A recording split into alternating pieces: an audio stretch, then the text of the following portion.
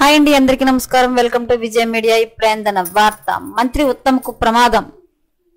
తీవ్ర టెన్షన్ లో నాయకులు లేటెస్ట్ అప్డేట్ రావడం జరిగింది. సో దానికి సంబంధించిన పూర్తి వివరం చెప్పడం కోసం నేను ఈ వీడియో చేస్తున్నాను. వీడియోని పూర్తిగా చూస్తేనే నేను చెప్పే సమాచారం మీకు బాగా అర్థమవుతుంది.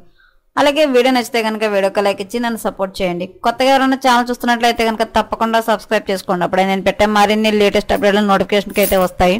అలాగే ఈ వీడియో లైక్ చేయడం వల్ల వీడియో కొంతమందికి రీచ్ అయ్యే ఇన్ఫర్మేషన్ మరికొంతమందికి అయితే రీచ్ అవుతుంది. సో లేట్ చేయకుండా ఆ వివరాలు ఏంటో చూద్దాం.